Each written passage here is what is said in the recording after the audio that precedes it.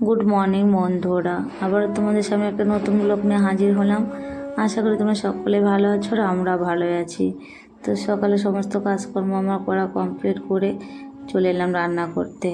তো সকালবেলা ঘুম থেকে উঠে দেখি একভাবে টানা বৃষ্টি হচ্ছে, মনে হচ্ছে সারাদিনও থামবে না, নিম্নচাপ দিয়েছে। তো কাজে যাব কি করে সেটাই ভাবছিলাম। রান্না করতে করতে একটা ছাতা ছিল, তো ওটা আমাকে রান্নার বাড়ি থেকে দিয়েছিল, সেটাও ভেঙে গেছে। তো ওটাই ভাবছিলাম আর কি, আর যত ঝড় বৃষ্টি হোক না কাজে যেতে হবে, না গেলে লোকের গাল খেতে হবে। তো রান্না করতে এসে দেখে আমার চালটা অনেক হয়ে গেছে, আজকের দিনটাই হবে কোনো রকম, কালকে হবে না। তো দেখি কাজের বাড়ি থেকে যদি টাকা দেয় তাহলে চাল টাল সব কিছু কিনে নিয়ে আসবো। আর এখানে সবজিও দেখি সেরকম কিছু নেই, আলু সিদ্ধ দিয়েও ভাতে। আর ওখানে বালতিতে জামা ভিজানো আছে, কালকে কাজের থেকে আসতে সন্ধ্যা লেগেছিলো, তো সেগুলো ছেড়ে রেখেছি। শরীরটা ভীষণ খারাপ লাগতো, কাচতে পারিনি।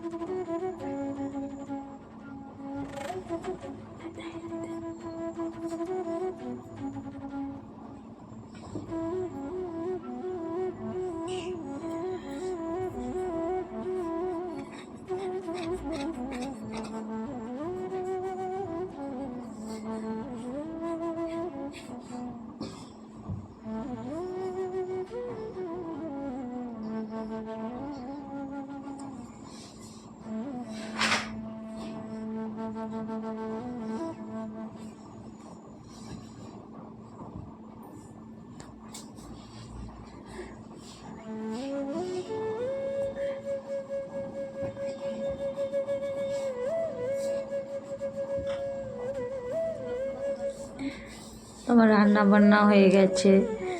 তো এখানে আমি আলু সিদ্ধটা মেখে নিয়ে মেয়েকে খেয়ে দেবো। মেয়ে স্কুলে যাবে, যেহেতু মেয়ের পুজোর পরে এক্সাম আছে সেই জন্য।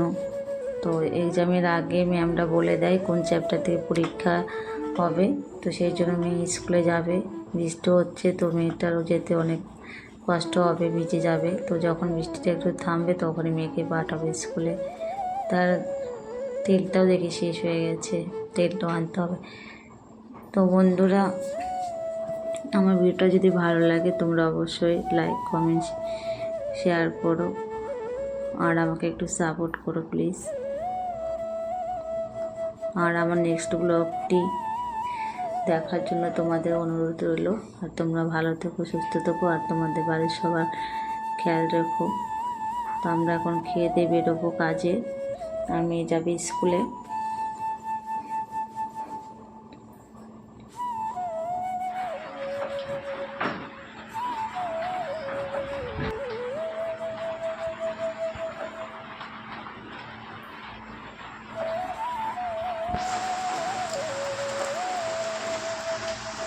বাবু